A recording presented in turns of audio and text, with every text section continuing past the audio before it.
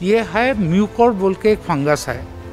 This Mucor fungus जो है हमें पहले भी जो था इंडिया में compare to the rest of the world यहाँ पर बहुत ज़्यादा है।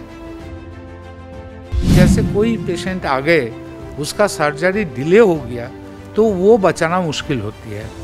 तो ये जो म्यूकोर फंगस जो है सडनली जो हमारा इंसिडेंस था उससे भी 2.5 से 3 गुना बढ़ गया है।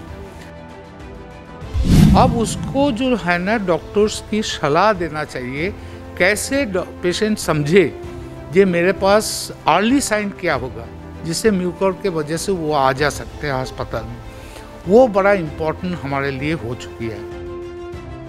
नाक पे नेजल ब्लॉकेज जिसको कहते हैं, नाक बंद हो गया, नेजल डिस्चार्ज शुरू हो जाते हैं। नेजल डिस्चार्ज में क्या होती है, आपको ब्राउन और ब्लैक कलर डिस्चार्ज आती है।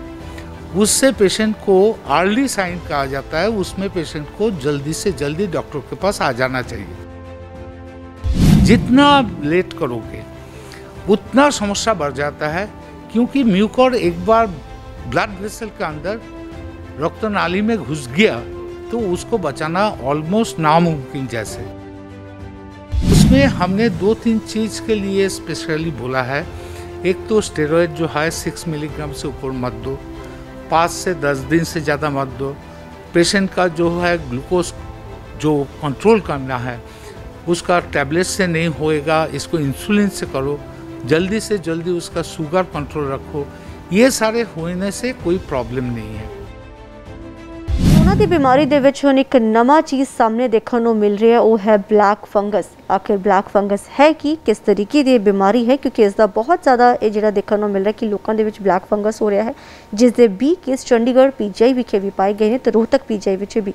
इस में साडे गल करते पीजीआई के बड़े सीनियर डॉक्टर अरुण मौजूद है, उन्होंने को जानते हैं कि आखिर ब्लैक फंगस है क्या। सर आपसे जानना चाहेंगे कि basically Covid it's going on, Covid चल रहा है और बहुत ज़्यादा केसेस भी आ रहे हैं, लेकिन अब ब्लैक फंगस की बात भी आ रही है, उसमें से 20 केसेस पीजीआई में भी जो देखने को मिले हैं। ब्लैक फंगस है क्या सर ये? अच्छा, पहले तो बोलूँगा पीजीआई में 20 नहीं, उससे भी ज़्यादा केस हो गया। अच्छा, पहले तो है this is not a black fungus. ये जो है ना बीबीसी शुरू किया था, आज तो मैं बीबीसी को चिट्ठी भी भेजा हूँ ये लोगों को इस तरह से गलत इन्फॉर्मेशन मत दिया जाए। ये है म्यूकोर बोल के एक फंगस है। दिस म्यूकोर फंगस जो है हमें पहले भी जो था इंडिया में compare to the rest of the world यहाँ पर बहुत ज़्यादा है। कारण ये है जो हमारा डायबिटिक पॉपुलेशन बहुत ज़्यादा है एंड हम समहाउ डायबिटिक पेशेंट्स जो होती है वो ब्लड शुगर को कंट्रोल ज़्यादा नहीं करते हैं। हम पहले म्यूकोर के ऊपर स्टडी किया है, उसमें देखा है कि बहुत पेशेंट म्यूकोर लेके पहले आते हैं, उसके बाद उसको डायबिटीज़ डायग्नोस होते हैं। सो हमारा यहाँ बाहर जैसे लोगों में सबकी ब्लड शुगर वगैरह रेगुलर चेक होता है, यहाँ नहीं होते हैं। तो उसके नाते हम यहाँ पर देखे हैं दिस म्यूकोर जो फंगस है, this Mucor fungus is very dangerous fungus. Dangerous इस कारण से कहते हैं, इस फंगस को ऑल्सो कहते हैं फंगल इमरजेंसी। मतलब जैसे कोई पेशेंट आ गए उसका सर्जरी डिले हो गया तो वो बचाना मुश्किल होती है। तो ये जो म्यूकोर फंगस जो है सडनली जो हमारा इंसिडेंस था उससे भी 2.5 से 3 गुना बढ़ गया है। तो ये कारण क्या है, कोविड पेशेंट में सडनली इतना बढ़ क्यों गए हैं, उसमें हमने जो स्टडी कर चुके हैं उसमें देखा कि देयर आर 3 कारण सबसे ज़्यादा है। एक है देयर आर मतलब ये जो कोविड पेशेंट्स है इसमें डायबिटिक पेशेंट्स भी कोविड होता है एंड वो है 7 से 20% के करीब जो सारे इंडिया में डाटा हम देखे डायबिटिक पेशेंट कोविड होता है।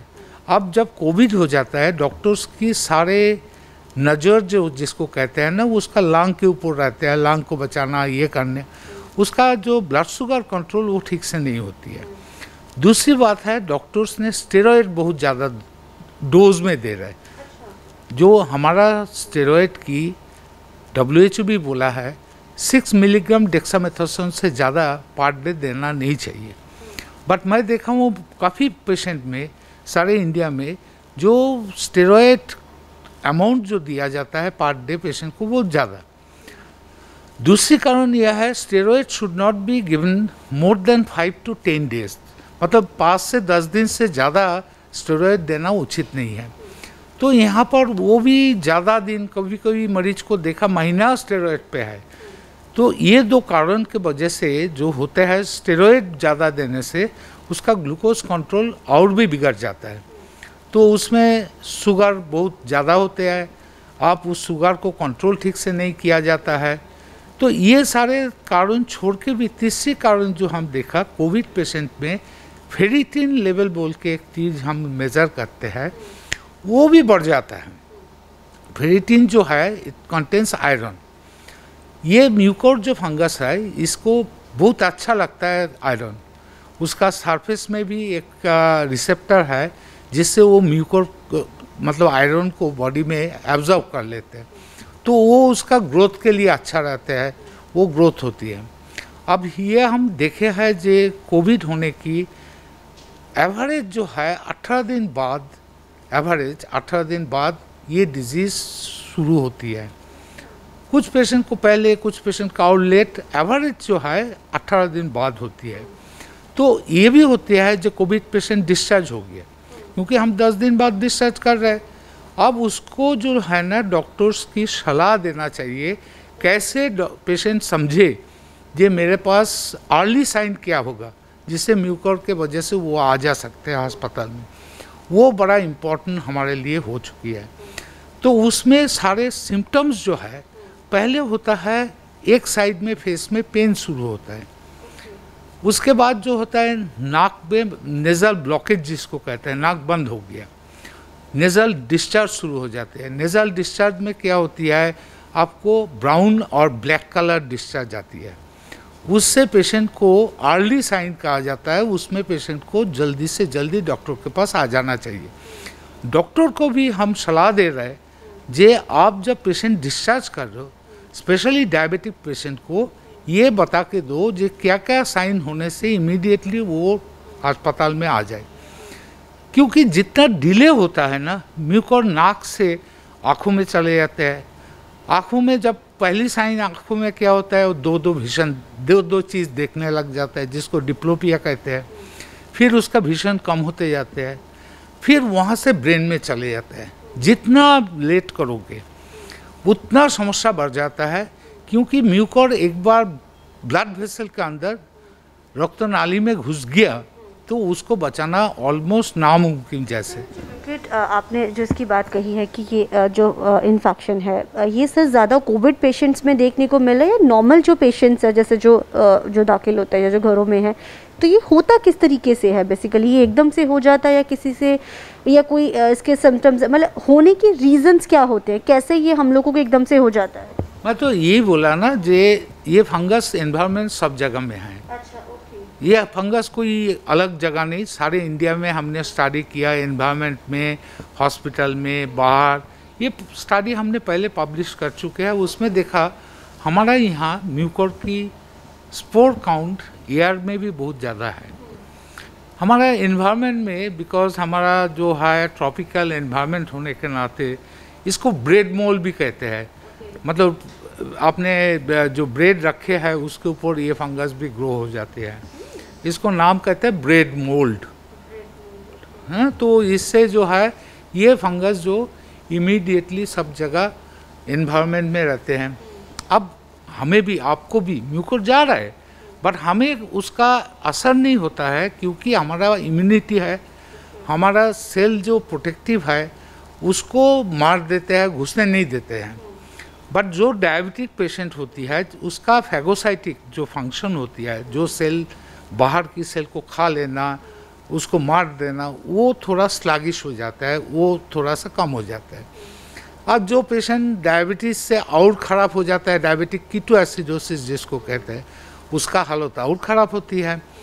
और मैं तो कहूँगा ये जो स्टेरॉइड जो है ना वो बड़े गड़बड़ कर दिया। स्टेरॉइड जो है वो डायबिटिक पेशेंट में तो ब्लड शुगर बढ़ाती ही है, जो डायबिटिक नहीं है उसमें भी ब्लड शुगर जो कंट्रोल है उसको भी गड़बड़ कर देते हैं। और हाई स्टेरॉइड देने से तो ये फैक्टर होना ही होता है। प्लस मैं जो बोला कोविड का कारण से भी एक हो सकते हैं। अभी तक हमें एक चीज़ बड़े अच्छा से पता नहीं लगा है, कोविड पेशेंट में कितना इम्यूनिटी का डिस्टर्बेंस होती है, वो फैक्टर भी होती है, हो सकते हैं, जिसके हमने रिसर्च कर रहे हैं उसको समझने के लिए।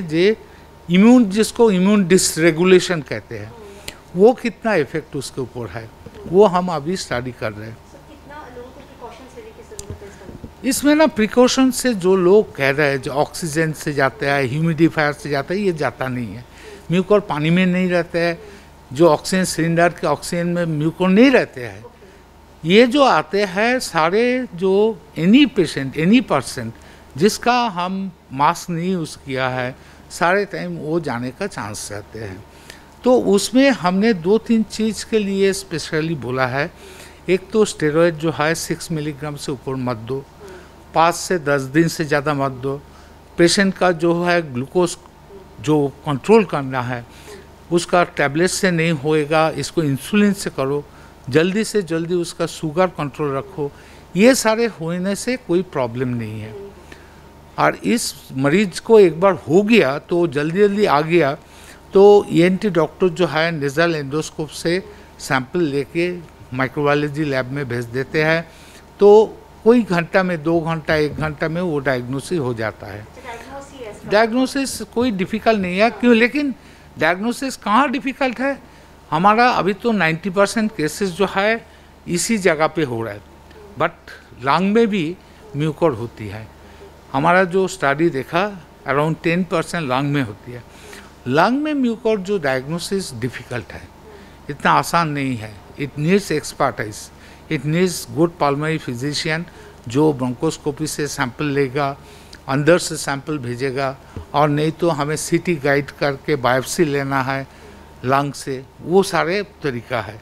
बट हमारा एट प्रेजेंट जो क्राइसिस है उसके साथ उसका लिंक नहीं है। ज़्यादा होता है, लंग म्यूकोरमाइकोसिस भी हो रहा है 10%, बट हमारा कंसर्न है मोर ये वाले जो डायग्नोसिस ईजी है। आप इतना लेट, जैसे हमारा स्टडी दिखाया नियरली 50% मीन्स 49% डेथ है।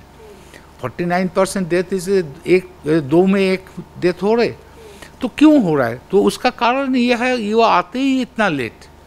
जब उसका दवाई से, सर्जरी से आप ब्रेन में पहुंच जाते हो तो सर्जरी से निकालता नहीं है।